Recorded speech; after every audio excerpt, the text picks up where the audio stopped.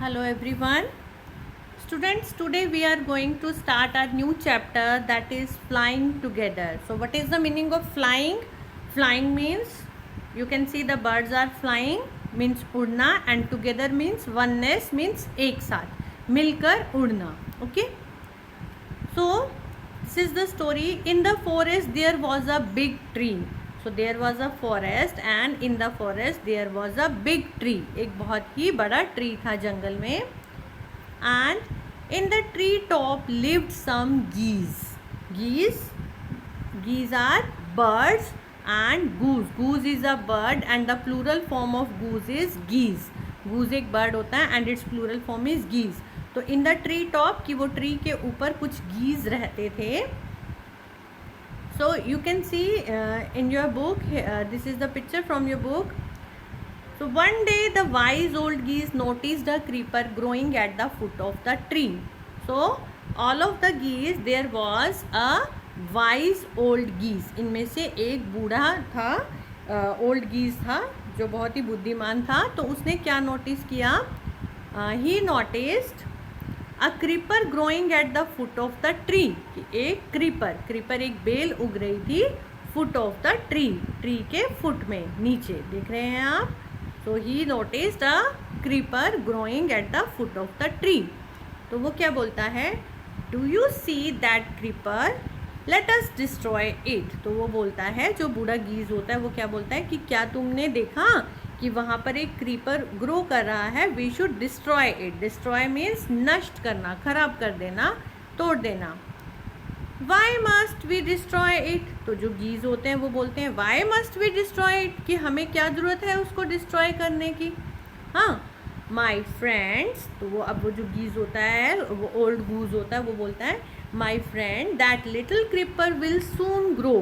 कि वो जो छोटी सी क्रीपर है that will soon grow, जल्दी ही ग्रो हो जाएगी. As it creeps on this tree, it will become thick and strong. और जैसे ही वो ग्रो करेगी तो वो क्या हो जाएगी? थिक एंड स्ट्रॉन्ग, मोटी हो जाएगी और बहुत ही स्ट्रॉन्ग हो जाएगी. तो वो गीज क्या बोलते हैं? What of that. तो क्या हुआ? What harm can a creeper do us. तो उस क्रीपर से हमें क्या हार्म है? हमें तो कोई हार्म नहीं होगा उससे. Don't you see, with the help of that creeper it will be possible for someone to climb this tree. तो वो वाइज जो गूज होता है क्या बोलता है कि क्या तुम देख नहीं सकते? With the help of that creeper, कि उस क्रीपर की हेल्प से कोई भी ऊपर आ जाएगा. अ हंटर कैन कम अप, एक हंटर भी ऊपर आ सकता है. एंड किल अस ऑल, और हमें मार सकता है. फिर वो क्या बोलते हैं? Well there is no hurry, कि कोई बात नहीं, क्या जल्दी है. The creeper is very small, कि क्रीपर तो अभी बहुत छोटी है. It would be a pity to destroy it now, कि इसको अभी हमें डिस्ट्रॉय नहीं करना चाहिए. So the goose said destroy the creeper while it is still young, कि हमें उसको डिस्ट्रॉय कर देना चाहिए क्योंकि वो अभी बहुत छोटी है. नाउ इट इज़ टेंडर, कि ये तो बहुत ही टेंडर है. And you can cut it easily, और तुम इसको ईजिली कट कर सकते हो. Later it will become hard and you will not able to cut it. बाद में क्या होगा? लेटर LATER, लेटर मतलब बाद में क्या होगा कि ये बहुत हार्ड हो जाएगी और आप इसे तोड़ नहीं पाओगे. तो वो क्या बोलते हैं? विल सी, कि चलो देखेंगे.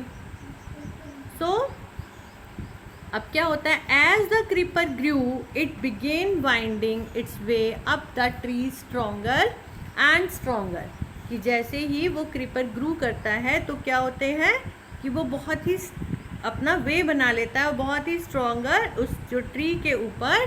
वो जैसे आप देखते हैं कि बेल होती है, वो जो अपना रास्ता खुद बना लेती है और बहुत ही स्ट्रांगली वो ट्री को जो है पकड़ के रखती है. So one morning when the geese had gone out in search of food a hunter came to the forest. तो एक मॉर्निंग जब जो गीज थे वो खाना ढूंढने बाहर गए थे तो एक हंटर वहाँ आया. तो वो क्या बोलता है? So this is where the wild geese live. अच्छा, तो ये वो जगह है जहाँ वो गीज रहते हैं. When they came back, in the evening I shall catch them, कि जब वो इवनिंग में आएंगे तो मैं उनको कैच कर लूँगा, कि मैं उनको पकड़ लूँगा. So the hunter climbed up the tree with the help of the creeper and spread his net there. तो हंटर ने क्या किया, उस क्रीपर की हेल्प से ऊपर चढ़ गया एंड स्प्रेड, और अपना नेट वहाँ पर स्प्रेड कर दिया, फैला दिया. I will come tomorrow morning to take the geese. अब वो सोचता है कि मैं कल आऊँगा और सारे गीज को ले जाऊँगा.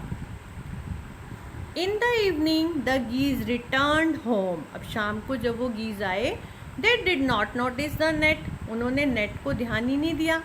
As they flew into the tree, और जब वो पेड़ पे उड़ने लगे, एंड ट्रैप्ड, और वो वहाँ फंस गए.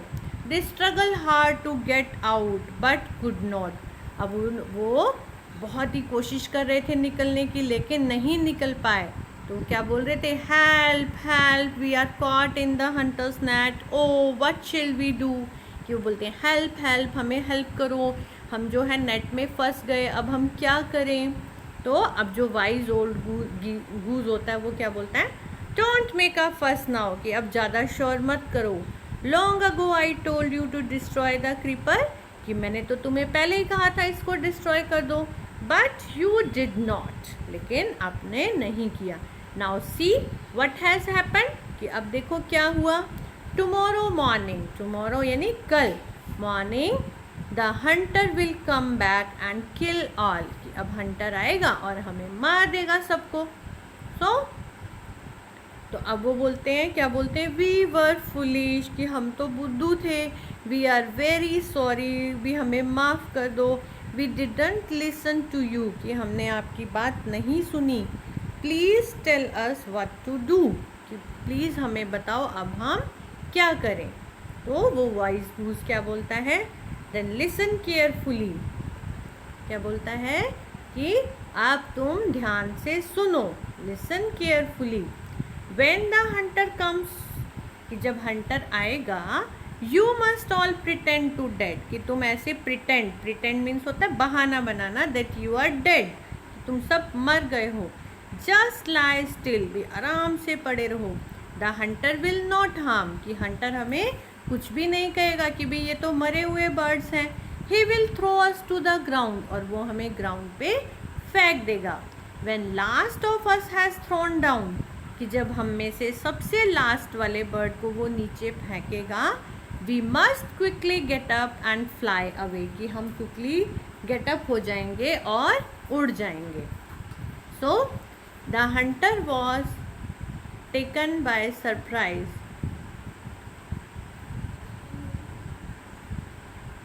तो फिर क्या होता है, tomorrow morning when the hunter comes, तो वो क्या बोलते हैं कि जब नेक्स्ट मॉर्निंग जब हंटर आएगा तो तुम्हें मूव नहीं करना है बिल्कुल, और क्या प्रिटेंड करना है कि जैसे कि तुम सब मर गए हो. तो जब वो आता है नेक्स्ट टाइम क्या होता है, वो ऐसे ही करते हैं और तब वो सेव हो जाते हैं. तो जो हंटर जो था वो बहुत हैरान होता है कि अरे ये क्या हो गया. तो है ना, तो the गीज pretended to be dead, कि जो गीज होता है वो प्रिटेंड करते हैं कि सब मर गए हैं. The hunter thought the geese were dead, तो हंटर ने सोचा कि अरे ये तो मर गए हैं. And one by one threw all the geese out of the net, और उसने सबको नेट से बाहर फेंक दिया.